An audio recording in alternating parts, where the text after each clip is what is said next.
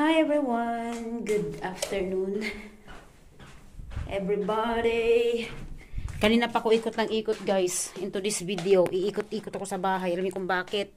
Hinahanap ko yung aking action camera kasi nga itatry ko yung phone ng ani ko. Kung maganda siya kasi pag okay siya, i-ano ko na lang, i-save ko na lang yung mga videos and then after i-edit ko doon nga. So di ko mahanap. Iwan ko kung nasaan yun. Kanina ko pa hinahanap, promise. Nalubog ko. Ano ba talaga yun? Kasi makalat kasi talaga ako sa gamit. Ang alam ko nilagay ko siya sa isang bag. Kasi makalat talaga. Saan kaya yun? Mayroon akong isang bag na maliit na ganito na kulay itim. Yun ang hinahanap ko. Kasi ang alam ko nandoon yun. Kaso ang tanong, nasaan yun? Diba? Ay, naku, Diyos ko. Saan ba talaga yun? Hindi ko maalala. Kasi yung prepare ko nung nung lumindol. Lumindol kasi dito sa amin, guys. So, yun ang prepare ko noon. Nilagay ko yung mga ano doon, yung pera, yung ano pa ba yung nilagay ko doon. Basta marami kong nilagay doon. Kasama yung camera ko doon. Kaso nga lang ang tanong, nasaan siya ngayon? Hindi ko siya mahanap. So, dito ko kasi nilagay yun. Tingnan ko muna sa loob, baka nandito. Kasi itong mga to, prepare ko yan siya nung ito naman to. Sabihin ko nilagay niya dyan. Pero yung ko, yung bag ko, hindi ko mahanap. Patay tayo nito. Kanina pa ko hanap ng hanap. Wala talaga. Dito means, baka nandito. Huh. Saan kaya yun? So, okay. Kung hindi ko pa makita yung camera ko ngayon, guys, mamaya ko na siya hanapin. Kasi, actually, mag-aayos ako ng aking mga, yung aking ilalagay sa maleta. Yung mga nandyan, para lang niyang kay Ruhi. Kasi nga, di ba, alam niyo, mga pagkain, ikuiwan ko. Ayoko naman yung maano siya doon. Pagdating doon, walang maluto para sa kanya. Sa akin, walang problema. Sa family ko, walang problema. Kasi lahat naman walang pagkain para sa pagkain, di ba? So, yan. Iayos ko yung mga yan. Ilalagay ko dun sa isang maleta na yun. So, alam nyo, kwento lang ako saglit. Nakaka-stress pala umuwi pagkasama yung asawa mo. Kasi alam kong bakit. Ang dami mong chichibureche. Ang dami chichibureche, guys. Wala kang iisipin sa sarili mo, kundi yung iisipin mo yun na sa Pilipinas. Isa pa yan, sa Pilipinas. Isipin mo sila. Instead na wag mo silang isipin mo sarili mo. Pero, ewan ko.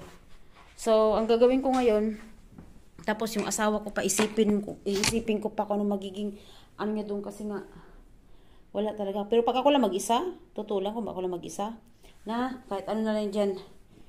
So, ito nga, iniisip ko pati yung, nakaka-stress guys, hindi ko, iwan ko kung, ito yung nafe-feel ko talaga sa ngayon. Wala pa akong nagawa. So, this week,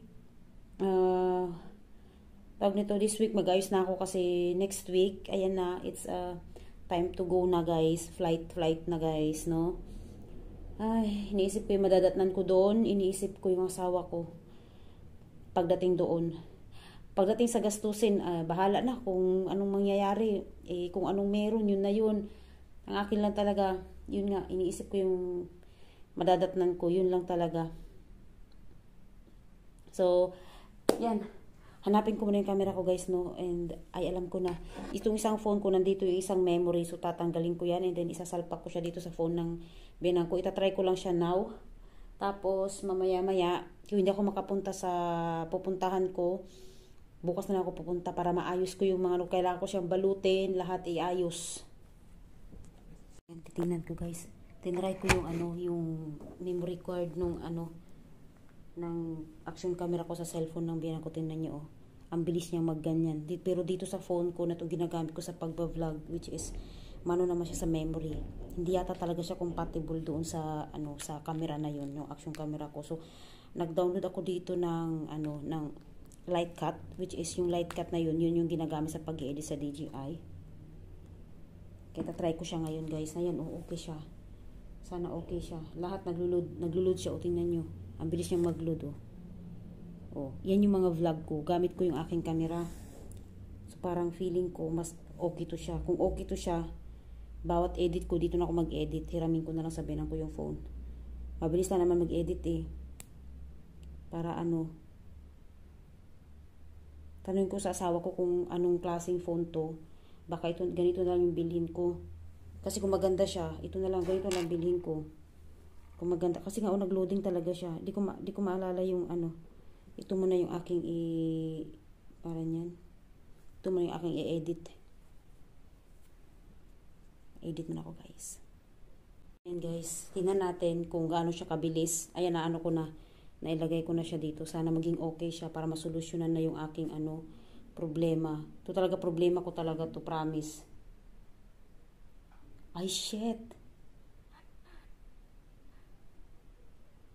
Ay, shit. Sana ito na yung solusyon ng problema ko, guys. Anuin ko muna. Editin ko muna siya, ha? Wait lang. Na-save na siya doon. So, ilalagay, ang gagawin ko, guys, if magiging okay siya na to, mag-order ako ng ganitong phone. Tatayin ko sa asawa ko. Mag-order ako ng ganitong phone. At ito na rin yung gagamitin ko sa editing ko. Kasi itong phone ko talaga, promise, matagal ko ng problema to since nabili ko yung aking camera. Nakwento ko naman sa inyo sa mga previous vlog ko na itong phone ko na to ayaw talaga. Ang laging ginagamit sa pag-edit itong Huawei na sobrang sobrang tagal na, loading na rin siya. Parang isa lang application ang pwedeng mag-run dito. Although 128 yung gigabyte niya, pero alam niyo naman palagi nag-update yung mga apps, yung mga nanditong application ko. Pwede lang burahin lahat yung application dun, buburahin ko, guys, pero hindi ko siya pwedeng burahin kasi nga kasama siya, package siya on the system, kaya hindi ko siya pwedeng mabura, kaya hinayaan ko na lang. So dito na lang ako nagla-live. Meron kasi akong live streaming apps na ginagamit, which is meron ako mga earnings doon. Ayan, i-share ko na lang din kasi nasabi ko naman sa inyo. So isa po akong live streamer. And then, meron po akong sariling agency, which is, nagtuturo ako sa mga taong gustong kumita through online. So, dito ko siya ginagawa. Ito yung isang gawain ko dito. Pag wala akong pasok, ito yung ginagawa ko. So, ganyan, guys. Ito. Nagpo-live ako. Yan. So, ito yun siya. Yan siya. So, kung willing kayo, interesting kayo about dun sa earnings na yan, live streaming apps na yan. So, PM nyo ako, guys, mag-chat lang kayo sa comments. Ayan, sorry na, naisingit ko siya. So, ito na, guys, na-try ko na. Mamaya na ako mag-ayos ng, mag-edit ko muna lahat ng videos ko. Tapos, pagkatapos, yun yung plan ko ngayon. Para ma-edit ko na siya lahat at may upload ko na. Pagka-upload ko, pwede ko na lang siyang i-private anytime. And then, the rest of my videos, yung mga gagawin ko pa lang, i-save ko pa lang muna siya siguro sa mga memory cards. So, bilhin na lang ako ng memory card para dun muna ilagay. Tapos yung iba, pag hindi kinaya ng memory card, dito na lang sa phone ko ulit. So, ganun talaga. Kasi alam nyo, guys, gusto ko talagang i-share sa inyo yung, alam nyo na, kasi yan na yung nakasanayan ko parang mas, ako na, ganyan na lang for the memories. So, ang makakarelate nito, guys, yung mga nagba-vlog na kagaya ko. Ngayon, guys, sabihin ko sa inyo, wala man akong kinikita sa YouTube ko. Ang akin lang, masaya ako sa ginagawa ko. Masaya akong nag-filming, nag-edit, kahit simpleng edit lang. Yun. Ay, nahaba ng kwento ko. So, guys, try ko muna to, guys, no? Tingnan ko muna. So, yan. Titingnan ko yung So, anyway, kung ano lang gustong ibili ng asawa ko. May nang mga pinambibili niya. Diyos ko, dahil. Hindi ko lang kung paano ko to yan. Kailangan ko siyang balutin lahat. Kailangan ko ng pambalot. Lahat balutin ko. Para, maging maayos. Sana. Magdadala din ako ng salsa.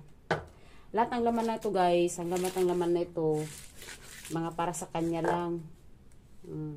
Diba? Chay, para sa kanya. Ewan ko lang kung kakasya yan sa isang buwan. Sa kanya lahat to. Ayan, so guys, kiluhin ko muna to. Itong mga to. Mayroon akong pang kilo, guys, ito, Hindi ko talaga magamit yung camera ko. Kakaasar. Para malaman ko kung paano ko hatiin. Okay.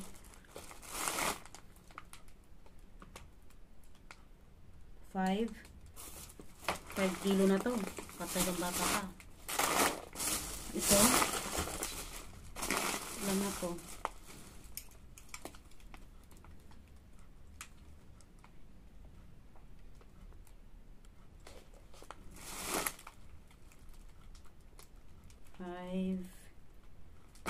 natin 5 plus sabi natin 13 na yun. Ito 13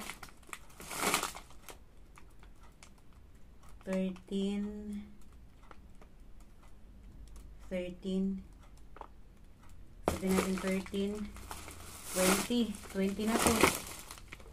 Tapos ito at saka ito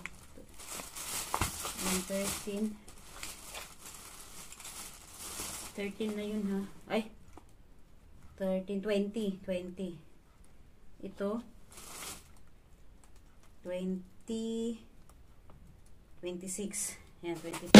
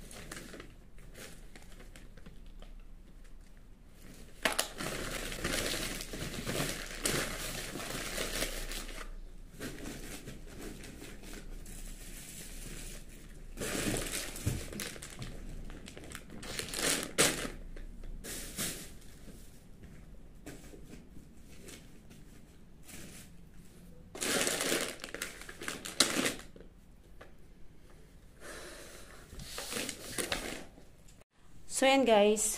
Tinatapos ko pa lang yung packing ko. Nagpa-packing pa lang ako guys. So, marami-rami to siyang gawin. Ayan.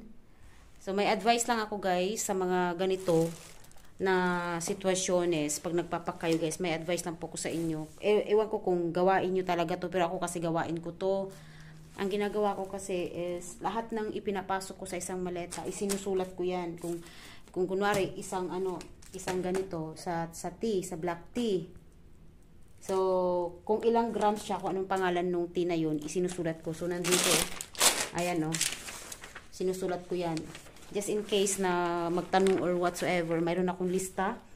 And then, yun lang siya guys. And, isa pang advice ko, pag nagpapacking kayo guys, kung alin po yung mas mabigat, dito po siya sa bandang, sa may bandang tabi ng gulungan. Wag niyo pong ilagay sa bandang taas kasi pag pinapatayo niyo yan, mahirap na. So, mas maganda pag pinatayo yung mabigat nandito na sa pinakababa. So, and then, mas better kasi pag nag-ano kayo, either sabihin nyo na silyado na siya or whatsoever, kailangan nyo pa rin siyang balutin ng pambalot na ganito. So, mali yung aking pinambalot puti. Iwan ko magagawa. Mas maganda kasi sana. Iwan ko lang kung ginagawa ninyo to, no. Mas maganda sana daw pag itim ang ginamit nyo sa pambalot. So, wala naman ako nakita. Ngayon ko lang naalala. So, baka bibili na lang ako ng plastic na itim. Mas better yun. Pero wala na, hindi naman ako kabado guys. Ang akin lang kasi, ayoko lang kasi yung matanong-tanong ka sa may immigration or sa sa airport, anong laman ng mga ganyan, bakit ganito yung tsura niyan. Siyempre may i-scan kasi yan siya guys, and then the other is metal kasi siya. So ako, mas better sana kung plastic siya. Nakikita kasi sa scanner. So mas better pag itim na papel or balutin niyo na lang ng itim na plastic ganun. Iwan ko lang kung gawain niyo kasi ako ganun yung gawain ko eh. So yun lang siya guys, no. Ngayon tapusin ko lang yung packing ko ngayon, and then after that siyempre susulat ko pa yan. So kiningnan ko kanina yung kilo nito, so umabot na siya ng 46 kilos lahat. So hindi ko pwedeng ilagay sa isang maleta lang, kahit although malaki na to, hindi ko siya pwedeng i-full pack. Dapat ang laman lang nito is 25. So pag umabot na siya ng 25, mga 23, ayan, wag yung isaid guys, wag yung isaid, mahirap pag isinaid yun kasi hindi naman tayo estimated lang para hindi tayo mag-over lagi. So kung 25, kailangan mga 23 ang laman ng inyong maleta. Ganon. So titignan ko na mamaya, punuin ko lang siya, tapos may mga extra damit doon. Mga damit yan na hindi ko ginagamit. So yan ang gagamitin ko sa pambalot niyang iba dyan. Babalutin ko siya. Aside from the paper na ginagamit ko. So, bumili ako nandoon. So, alam nyo guys, sa totoo lang, lahat ng nilagay ko dito, hindi sa para pagkain to ng asawa ko, Diyos ko dahil. So, pagkain na rin din namin. Just in case lang. Meron naman nabibili doon. Kaso nga lang, siyempre, mas mura kasi dito. So, sa susunod, siguro magpapabox na lang ako. If ever uwi na ako, dapat magpabox na lang ako early. Para hindi na ako mahirapan na yun lang siya guys, and dito ko na tatapos yung aking vlog. So hindi na ako lalabas ngayon kasi tapusin ko ito.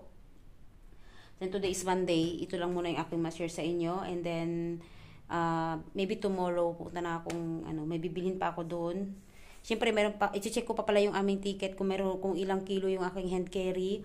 So meron pa akong backpack, and then isa pang sling bag. So sana, ewan ko kung paano ko siya gawin, basta lahat po ng importante na yung mga kung ano gusto nyo dalhin, lagay nyo na dito sa luggage, sa check-in luggage ninyo. So, yung mga damit or maliliit lang na bagay na ilagay nyo na sa inyong hand carry baggage. So, yun lang siya guys, and thank you for watching. Bye! Good luck! See ya!